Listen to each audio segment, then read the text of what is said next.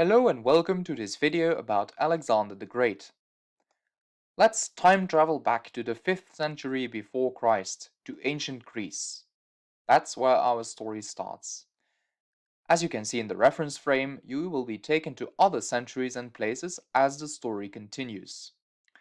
The domain of society that we will be looking at is political, because we will be talking about wars and power. After the Persians had lost the Persian Wars from 499 to 449 BC, Athens became the dominant power in Greece.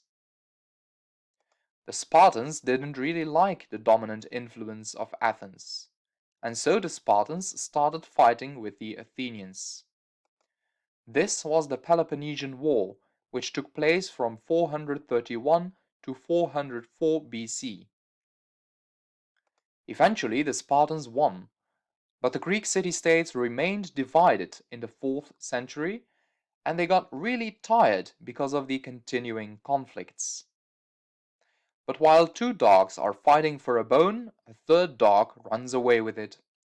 The divisions between the Greek city-states made it easier for King Philip II of Macedonia to conquer all of Greece in the Battle of Chaeronea in 338 BC.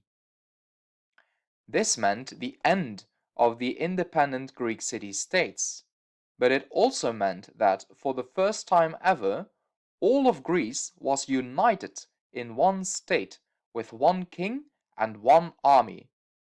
With this army, Philip wanted to attack the Persians, because he wanted to take revenge for the Persian Wars. But Philip was murdered in 336 BC. Philip's son, Alexander, wanted to pick up where his father left off. With a large army of soldiers from all over Greece and Macedonia, Alexander started a huge conquest. His army was unbeatable due to the phalanx. The phalanx was a battle formation of heavily armed foot soldiers, also known as hoplites. They had remarkably long spears that could be up to 6 meters.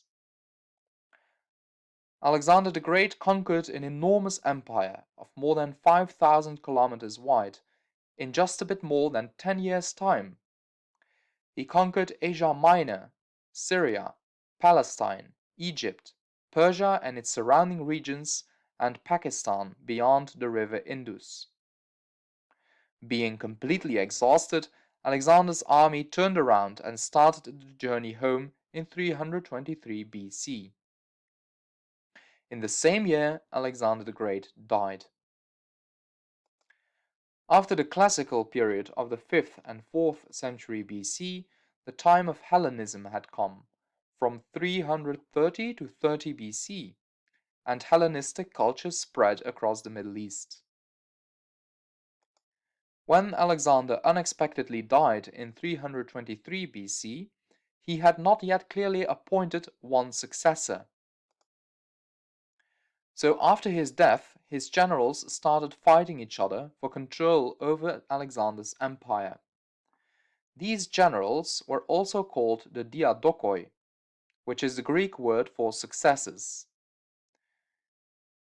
In the 3rd century BC, the empire was divided in 3 kingdoms, which were named after the generals or diadokoi in charge. First, the general Antigonus started the Antigonid dynasty, which controlled Asia Minor, Syria, Palestine, Greece, and Macedonia. Second, the Ptolemaic kingdom, named after the general Ptolemy, covered all of Egypt. Third, the Seleucid dynasty, founded by the general Seleucus, ruled over Persia and the surrounding regions. There also were a few smaller independent states, such as Pergamon in northwestern Turkey and the island Rhodes. Even after the division in 3 kingdoms, the diadokoi continued to fight each other. These divisions made it easy for the rising Roman Empire to conquer most of these territories in the 2nd and 1st century BC. They all became Roman provinces. The last Hellenistic kingdom, Egypt, was conquered by the Romans in 30 BC. Well, that was all for now. I hope you enjoyed this video about before, during and after Alexander the Great, and thanks for watching.